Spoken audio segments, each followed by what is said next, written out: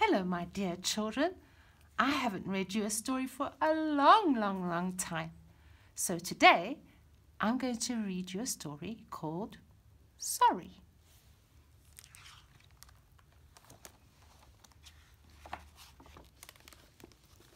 Oh, look who's walking through the forest.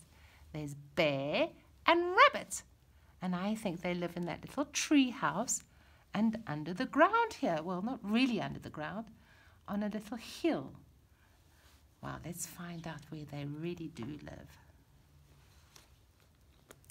Bear and Rabbit were the best of friends, you can imagine. They lived in their bear-rabbit house. They cooked their bear-rabbit meals in their bear-rabbit kitchen. Rabbit was better at frying mushrooms. Bear was perfect at making honey cakes. And there's Bear making honey cakes. He's just cracked an egg. And there's Rabbit frying up some yummy mushrooms. At night, they slept in their bear-rabbit bunk bed.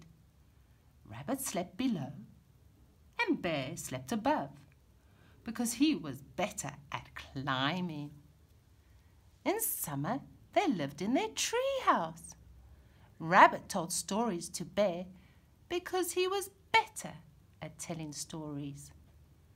It was a wonderful feeling being a good friend and having a good friend. Oh, look at them both sitting on their pillows or cushions, and Bear drinking his honey juice and Rabbit reading his bunny tales.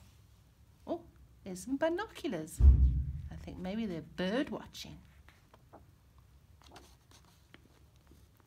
One summer morning, Rabbit saw something blinking and twinkling in the sun. "Look, Bear," he said. "What's that down there?" Bear lowered Rabbit to the ground in his basket and climbed down. Then they ran to look for the strange thing. And there's Bear lowering Rabbit down in his basket. And then he's going to go down the ladder and they're going to look at the strange blinking, twinkling thing.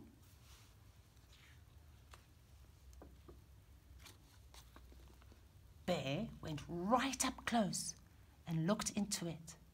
He had never seen a thing so shiny. "Goodness," he said, "it's a picture of me.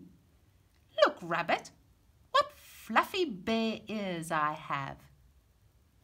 So Rabbit looked into the shiny thing. "You kidding," he said. "It's a picture of me. My pretty long ears. Don't you see them?" So there they're looking at the shiny thing, and Bear saw himself, and Rabbit saw himself. "You are completely wrong," said Bear, grabbing the shiny thing. "These are small, round, and fluffy bear ears. This is my picture."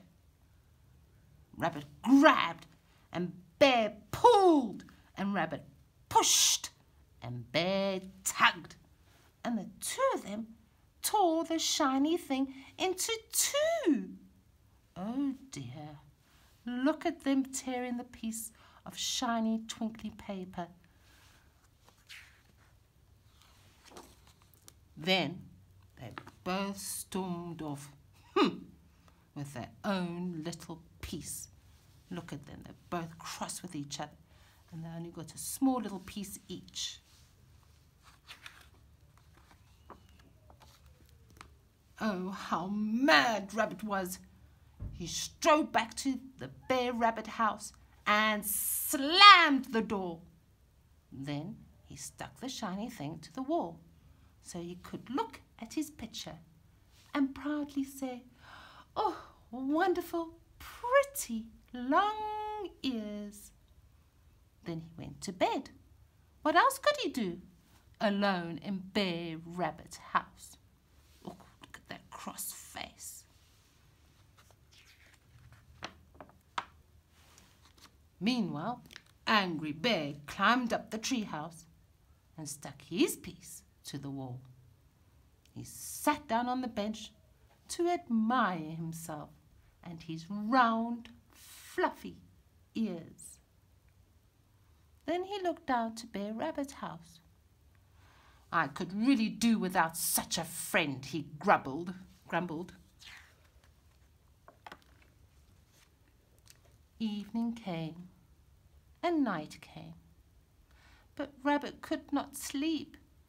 He wasn't angry anymore.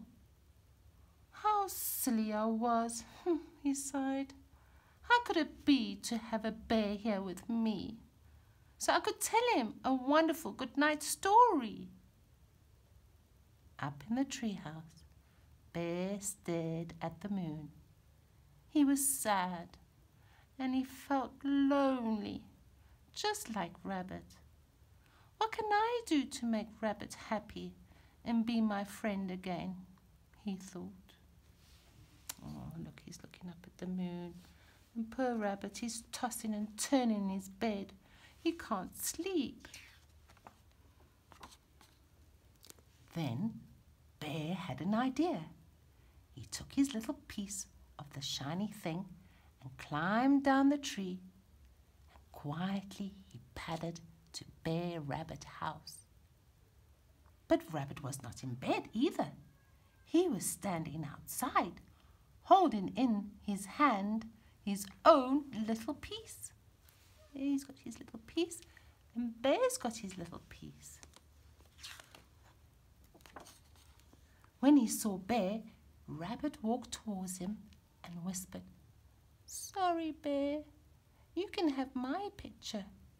"Oh no, I'm sorry," Bear said, and gave him his own. But when they got into a huddle and looked at the shiny things, what did they see? See, they have two pieces, and I think they might put them together. Let's see what they saw when they looked at them. A picture of both of them. "That's just perfect," said Bear and Rabbit happily. Oh, look at their happy faces. I think they're friends again. What beautiful friends they are. Ah, the end of the story. Thank you for the fairy tale.